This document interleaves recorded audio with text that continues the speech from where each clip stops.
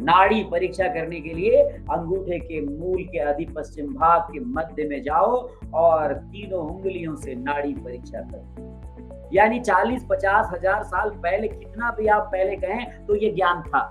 यानी चरक, सुश्रुत और वाग्भट से बहुत पुराना ज्ञान है ये। लेकिन हमारी जो सनातन परंपरा थी, जो हमारी वैदिक परंपरा थी, इसका पुराना इतिहास है। इसीलिए इन संहिता ग्रंथों को इनकम्प्लीट मानिए, ये कंप्लीट नहीं है, ये बहुत इनकम्प्लीट है और इन पे बहुत सारे दर्शनों का प्रभाव है। इसीलिए इन्हें पूजिए मत, क्योंकि इस पे चारवाक का भी दर्शन का प्रभाव है। जानते हैं आप चारवाक कौन थे? चारवाक भगवान को मानते ही नहीं थे।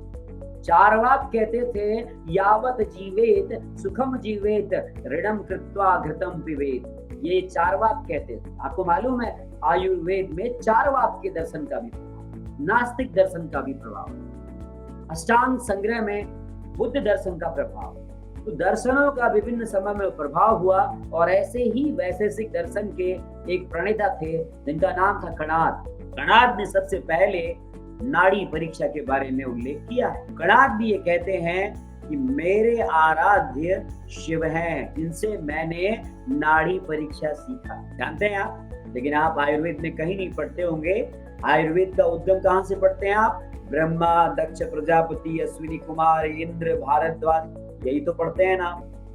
लेकिन ये सारी जो विद्याएं हैं, चाहे नाड़ी विद्या है, चाहे मर्म विद्या है, चाहे रसायन विद्या है, चाहे योग है, इन सब के प्रणेता वो आदिदेव महादेव, वैद्यों के नाथ। तो रावण भी भक्त था। जी हाँ, रावण भी भक्त था। तो रावण ने ये ज्ञान भगवान शिव से सीखा और रावण ने सबसे पहले कहा कि अंगूठे के मूल के आदि पश्चिम भाग के मध्य में जो नाड़ी पड़ती है वही नाड़ी जीव साक्षी। यानी अगर आपको से कोई पूछे कि अगर हम जिंदा हैं या मर गए, इसकी पहचान किससे होती है? नाड़ी से होती है। और ये बात 50,000 60,000 साल पहले रावण को मालूम। तो फिर आज का आधुनिक विज्ञान अगर पल्स देख करके किसी को लिविंग और डेड बताता है तो कौन सा बड़ा काम करता है, बताइए आप। तो हमारे जो विद्या, हमारे जो आचार्य थे, हमारी जो संहिताएं थी, वो ज्यादा ऑथेंटिक थी या नहीं थी? बहुत सारे आपके एलोपैथिक डॉक्टर्स या एलोपैथिक साइंस को मानने वाले कहते हैं कि आप हमारे इंस्ट्रूमेंट्स का यूज नहीं कर सकते, आप अल्ट्रासाउंड नहीं कर सकते, आप एक्सरे नहीं कर सकते, आप ईसीजी नहीं कर सकते। तो ये तो ज्ञान रावण ने दिया ना कि तीनों उंगलियों को लगा के नाड़ी परीक्षा करो।